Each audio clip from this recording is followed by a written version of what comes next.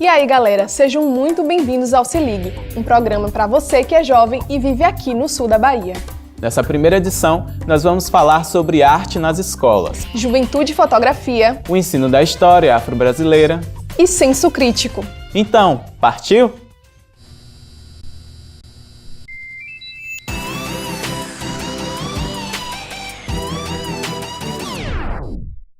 A arte tem um papel fundamental na construção do caráter de uma pessoa. Concorda, Paulo? Concordo sim, Janine. A arte humaniza e ajuda a entender a realidade do outro. E isso faz toda a diferença na vida de um jovem. Inclusive, tem 2 escolas aqui na região com projetos bem interessantes voltados para essa área. Pois é, e elas acharam maneiras de unir a arte e a educação. E os resultados têm sido muito positivos. Ficou curioso? Acompanhe com a gente. A arte está presente em nossas vidas e tem uma grande importância para a juventude, promove a inserção sociocultural e os torna inovadores e criativos. Por isso, o incentivo à arte nas escolas é fundamental e tem uma função tão importante quanto as outras disciplinas. Veremos 2 colégios de Itabuna, o Colégio Batista e o CIEI, que promovem a arte a seus estudantes de forma inovadora e inspiradora. Estes são Davi e Emily, alunos do Colégio Batista de Itabuna e que fazem parte dos projetos de arte do colégio. Aqui a gente pode ver a arte em diversas matérias. As principais que a gente tem interação direta assim, é a música, a matéria própria de artes e literatura. E também tem o projeto, que é a Feira das Nações. Na Feira das Nações vai englobar toda a questão de arte, porque lá vamos ter a música, vamos ter a dança, vamos ter teatro, vamos ter pintura. Então a Feira das Nações ela vai mostrar tudo de arte que a gente pode encontrar de fácil acesso. Assim. A Feira das Nações se tornou essencial em todos os anos, porque é o momento em que todas as matérias elas são combinadas em um momento único.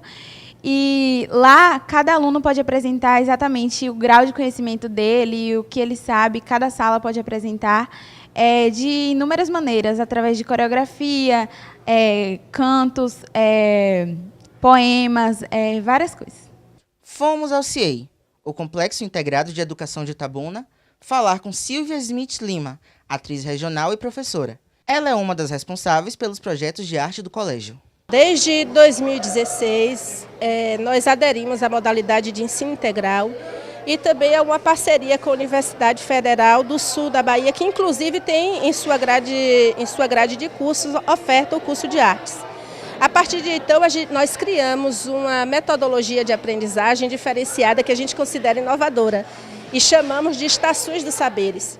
Então o aluno pode frequentar oficinas de teatro, de dança, de música, de cinema, de artes plásticas, de grafite, a sua livre escolha. Mais importante de tudo, né, nós que somos de escola pública, a gente tem que garantir que na escola a gente tenha cada vez mais espaço para as atividades artísticas, até porque é através da arte que a gente humaniza.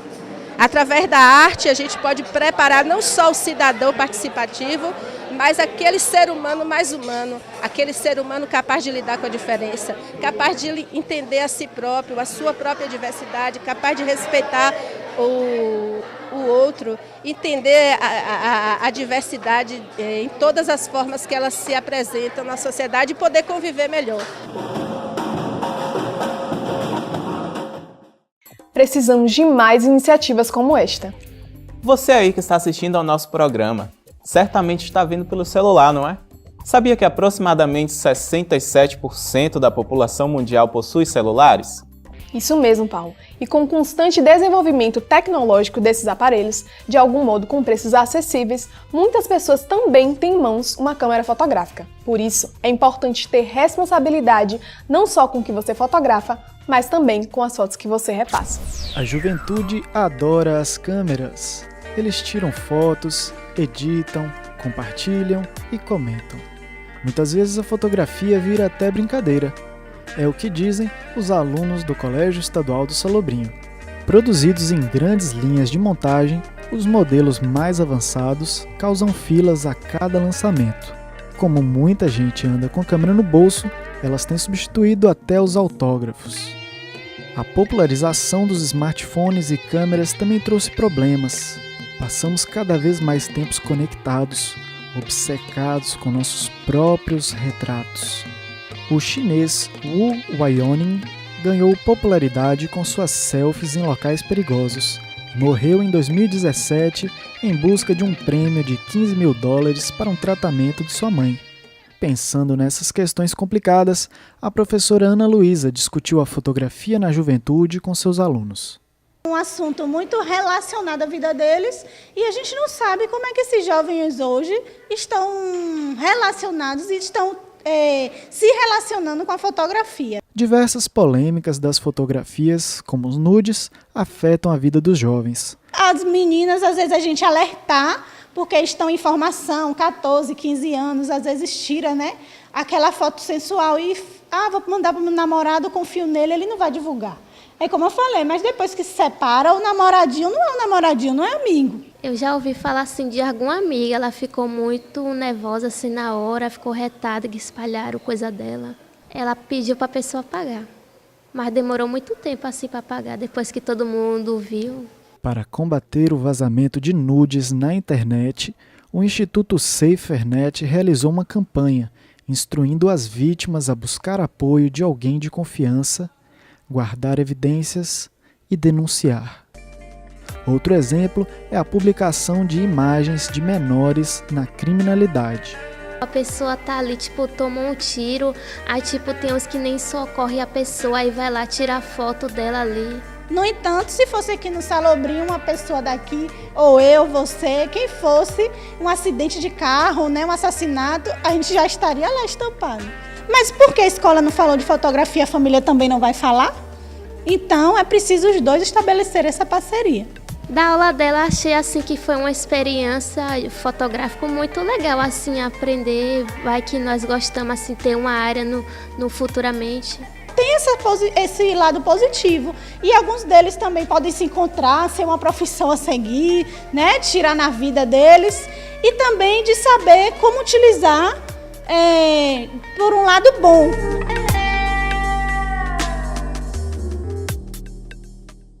Você sabe o que é a Lei 10.639?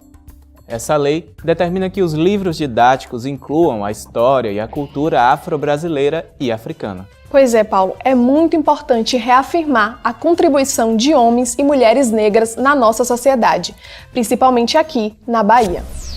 Uma das estratégias do PNE, Plano Nacional de Educação, é assegurar que sejam incluídas nos currículos escolares conteúdos sobre a história e as culturas afro-brasileiras e indígenas. Viemos aqui no Teotônio Vilela conhecer o projeto A Mulher Negra, Força que se Explica, que é realizado há 5 anos na Escola Municipal Teóclides de Andrade.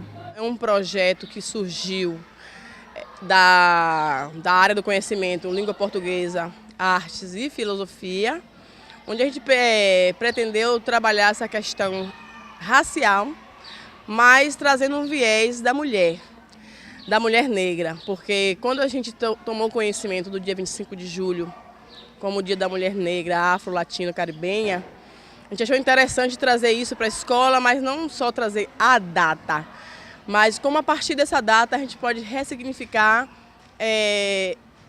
a nossa situação na condição de afrodescendente no país.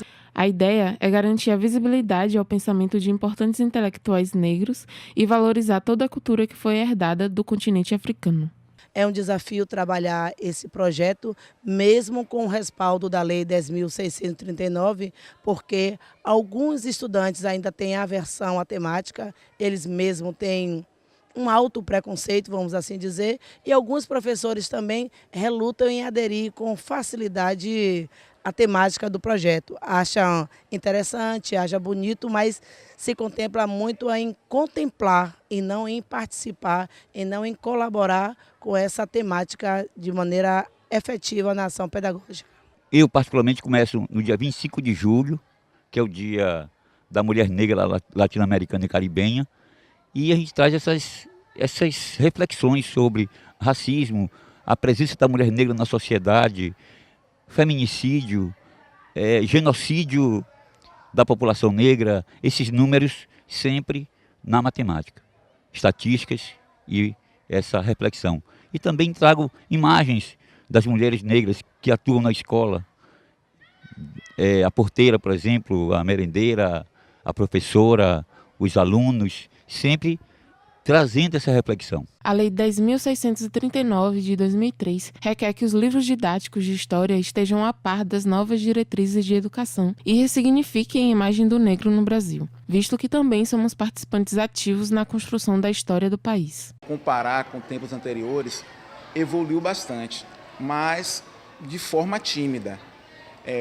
Muitas coisas que são trabalhadas, né, a partir de pesquisas feitas tanto pelos professores e principalmente pelos alunos, para que aumente mais o material didático. Projetos como esse são essenciais para que seja possível a construção identitária e conscientização de jovens negros e negras. Janine, você costuma exercitar o seu senso crítico? Claro que sim, Paulo, e existem muitas formas de se fazer isso, por exemplo, ler, questionar e debater. Será que no Brasil e aqui na região as pessoas costumam apurar o senso crítico? A gente te responde agora. O que é senso crítico? Rapaz... Você começar a se perguntar se aquilo que você vê é realmente verdade. A pessoa saber se situar. É uma maneira da gente interagir melhor com o mundo. Pegar aquela situação e pensar para além do óbvio, né? Pensar para além do que é comum, do senso comum.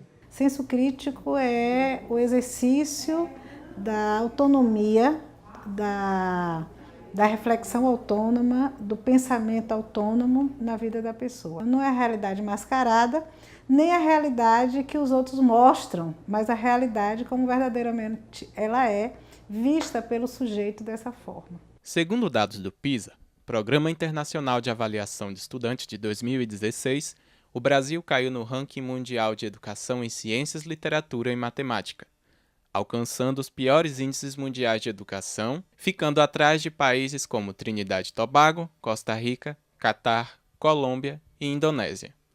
A taxa de analfabetismo da população com 15 anos de idade ou mais caiu de 7,2% em 2016 para 7% em 2017, mas não alcançou o índice de 6,5% estipulado desde 2015 pelo Plano Nacional de Educação. Há uma diferença, né, entre os alunos da escola pública e da escola privada, mas a gente percebe que talvez nenhum dos dois públicos saiba diretamente o que é o senso crítico. E a gente percebe uma carência nesses alunos quanto a essa criticidade. Eu entrei na universidade esse ano e eu estou fazendo o segundo semestre de comunicação. E a diferença maior que eu senti foi que no ensino médio, a gente era muito estimulado a contrariar, mas não tinha um motivo, a gente só tinha que contrariar. Via um posicionamento e a gente tem que criar um posicionamento diferente daquele.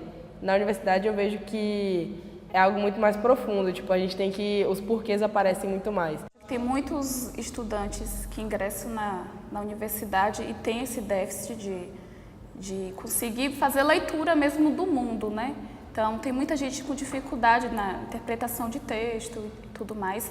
E eu acho que isso se deve realmente à formação dele durante o ensino básico. O sujeito que não consegue ver essa realidade como ela é, ele vê pelos olhos dos outros, pelo discurso dos outros, pela fala dos outros, e ele acredita nesse discurso como sendo dele, quando na verdade não é. Isso é a falta do senso crítico.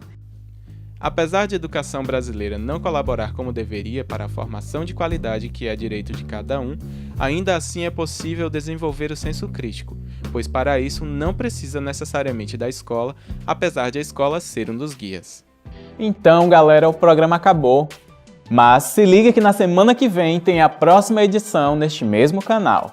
Aproveita e dá um joinha aqui embaixo, compartilha o vídeo com seus amigos e se inscreve no nosso canal. Tchau, galera! Tchau, galera!